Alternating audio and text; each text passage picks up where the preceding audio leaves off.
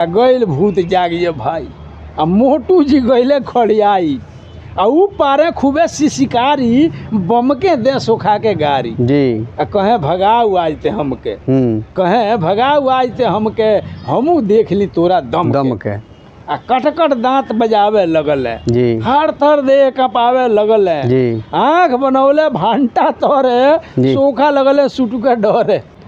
आज हमनी के साथे बानी परम आदरणीय अवध किशोर अवधू जी।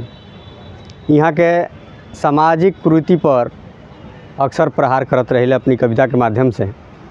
यहाँ के एगो कविता बा सुखवा लागल भागे।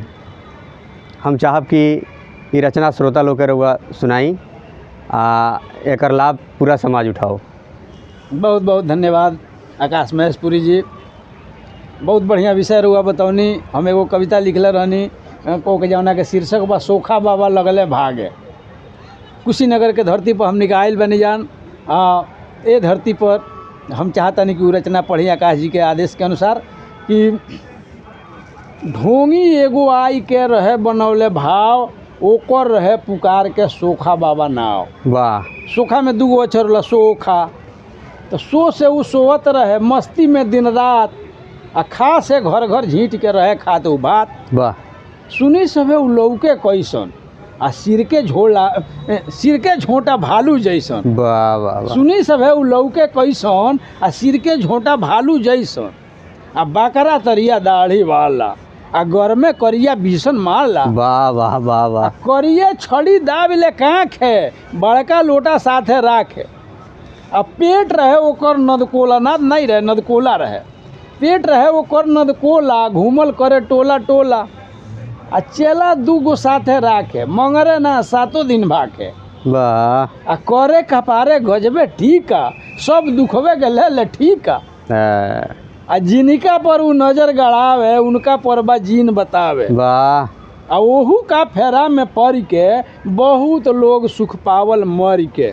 क्या बात है। वाह वाह वाह वाह। अब बढ़िया औरत के उपावे ओके कुटिया पर बुलवावे कहे रात में इनके झारब इनका पर बाजीन उतारब। अरे आ जाल फांस खूबे बतियावे दारू मुर्गा भोग लगावे आ सुरती गांजा मौलत रहे छलिया सबके छलत रहे। ये करवे करता रहे आ लोगो बात बूझ न पावे सब केहू ओके गुनगावे आ मौगी तो औरी माने सन जानो से बढ़ के जाने सन। ओ सोखा के तनिक बुराई कौनो बुधिगर दे बतियाई तो वहू के पारा पारी सगरी मौगी देसन गारी। अच्छा। अब बुधिगर के ना चारा चले ढोंगी ढोंग बना के छले चार जवान गांव के जुटल। अच्छा। आ ये विषय पर चर्चा छूटल कि केंगा एकरा के भगावल जी। चार जवान गांव के जुटल ए विषय पर चर्चा छूटल। मोटू जी कहले समझाई आई ढोंगी हमरा से जाई जी। तो लोग पूछल भाई तू का करबो वो अपन प्लान बतौले कि अरे ओहू का कुटिया पर जाके हमरा पर बा भूत बता के ओके इष्ट बुलावे दो जा हमके भूत जगावे दो जा। वाह वाह वाह। बतौले मोटू जी की झूठ मूठ के भूत उपाटबी आ हम उनका के मजगर साटबी। झूठ मूठ के भूत उपाटबी हम उनका के मजगर साटब उ तो बाप बाप चिल्ला के बस बगिए ना ये झाके। वाह क्या बात है। वाह वाह। आपस में ये प्लान बना के रुकल सब सोखा लग जाके सब मिली कहले सोखा बाबा मोटू पर देखी ना का बा जी। तो सोखा बाबा पूछले परेशानी का बा इनके तो परेशानी बतौलो कि अरे ताके तो ताकत रही जाले जी काटे तो काटत रही जाले सोवे तो सोवत रही जाले रोवे तो रोवत रही जाले। गजब कोनो न कोनो दुख बताही के बा जी।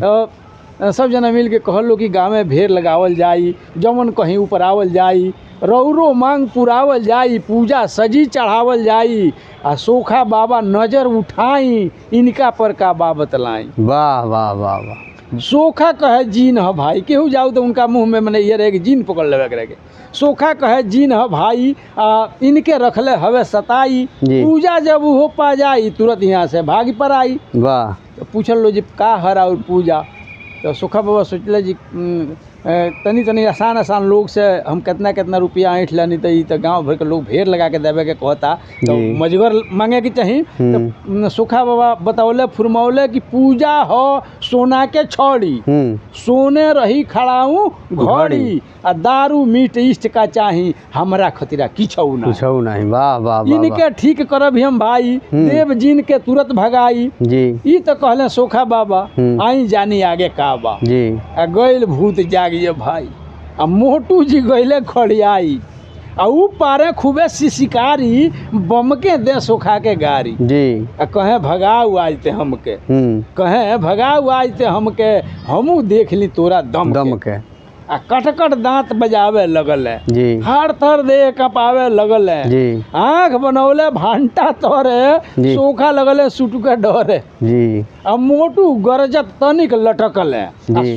सोखा के धरी तुरंत पटकल है मोटू गरजत तनिक लटकल है आ सोखा के धरी तुरंत पटकल है सोखा के धैलस मुहबाई सगरी मंत्र गइल भुलाई हफर हाफे लगल है थर थर कांपे लगल है ऐसन भूत देख के आगे सोखा बाबा लगल है भाग गजब गजब आ ना बहुत जाने सुंदर। कहवा चली गई है बरिसन बीत गइल ना आइले बहुत सुंदर। धन्यवाद नमस्कार।